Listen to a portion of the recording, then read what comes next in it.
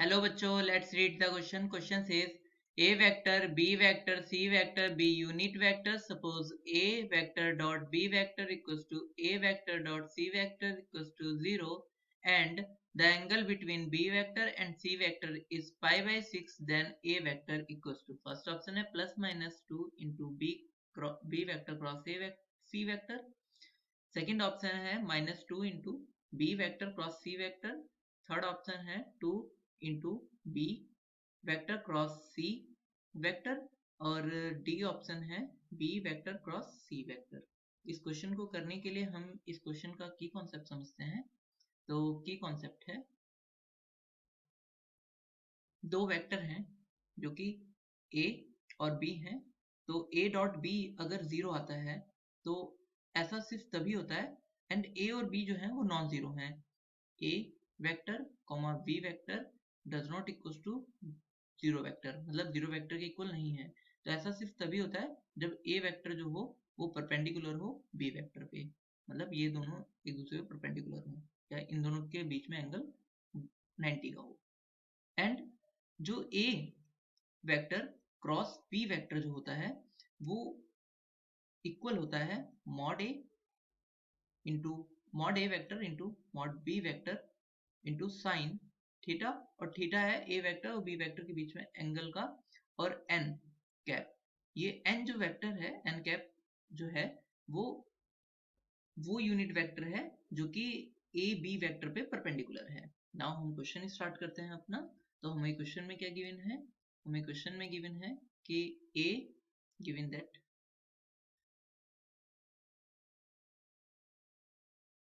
तीनों a b c तीनों unit vector है, मतलब mod a vector equals to mod b vector equals to mod c vector equals to 1.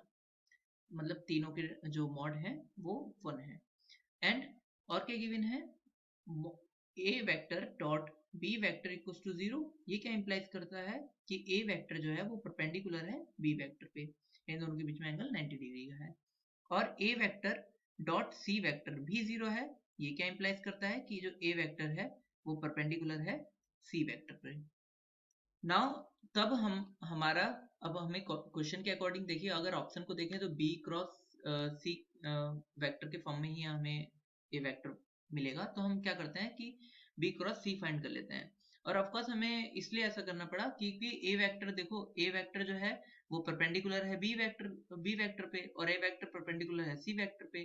तो इसका मतलब a vector cross b vector जो होगा वो b vector cross c vector जो होगा वो पैरेलल होगा a वेक्टर के. सो नाउ अब हम क्या करते हैं कि b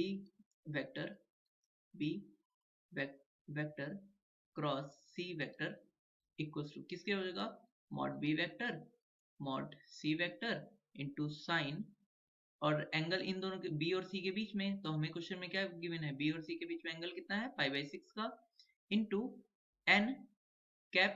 n कैप मतलब वो यूनिट वेक्टर जो कि b और c दोनों पे परपेंडिकुलर है. तो कौन सा होता है a वेक्टर. हमें क्वेश्चन यहाँ से हमें इस दो स्टेटमेंट से क्लियर है. और a वेक्टर जो है वो यूनिट वेक्टर है. सो यहाँ पर n कैप क्या हो जाएगा, यूनिट वेक्टर है.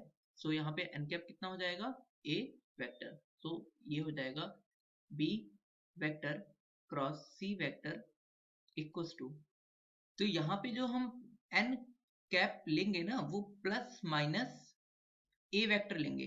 क्यों, क्योंकि अगर a वेक्टर ये है, ये a वेक्टर है, तो माइनस a वेक्टर एक्चुअली इसकी जस्ट अपोजिट डायरेक्शन को रिप्रेजेंट करेगा.